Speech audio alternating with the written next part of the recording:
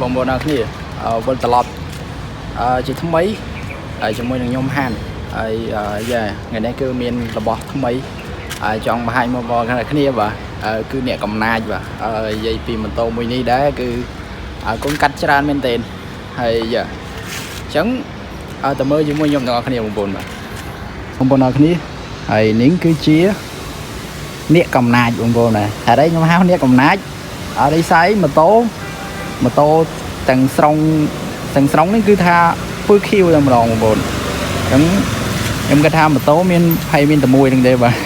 បើមាន2ប្រហែលជានៅកន្លែងគេ18គ្រឿងបាទឥ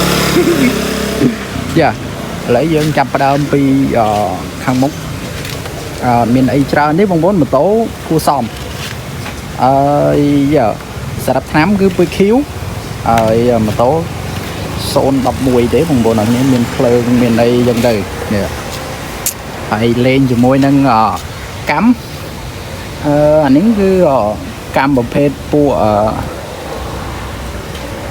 ប៊ូស៊ីហើយខ្នងនេះគឺស្រាប់តែលេង track លេងអីទេហើយចម្លែកអីពីម៉ូតូមួយនេះមកកាត់មុខនេះគឺជាស្ពើហើយកាត់ខាងក្រោយនេះគឺជាកូនកាត់super cross បាទដូចស្អីសបកបងប្អូនណាសបកនេះគឺ super cross បាទហើយស្រាប់ជីផ្លូវដីផ្លូវអីចឹងទៅហើយសម៉ាំងជាមួយនឹងសម៉ាំងចាន់ speed បូមគឺជាប្រភេទបូមលេងដែរសាក់ស៊ីគេនេះគេហៅសាក់ស៊ី open បាទ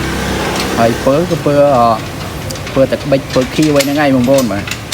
សាក់ស៊ីក៏ខៀវបូមក៏ខៀវហៅម៉ូតូក៏ខៀវហើយកម្មក៏កាន់តែខៀវទៀតបាទអញ្ចឹងហើយកទាស្រាប់កទាគឺកទាពើទឹកបិចអានេះគេហៅពើទឹកបិចហ្នឹងបងប្អូនពើខៀវចាស់ឬក៏ស្លែអីមែនទេទឹកបិចហើយមានកតាបមានអីចឹងទៅអានេះស្រាប់ដាក់អីវ៉ាន់បានតិចតួចចឹងហើយសម៉ាំងលឺមកគួសមដែរបងប្អូនណា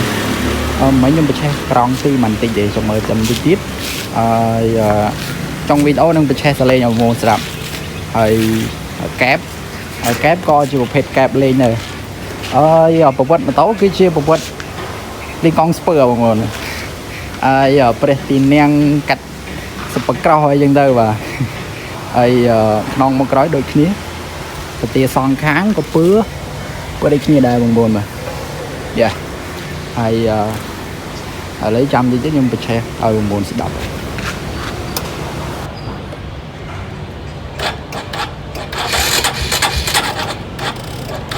ឌៀតឆេះទេបងប្អូនបាទដល់ដែរប្រើមកល្វែងបាទ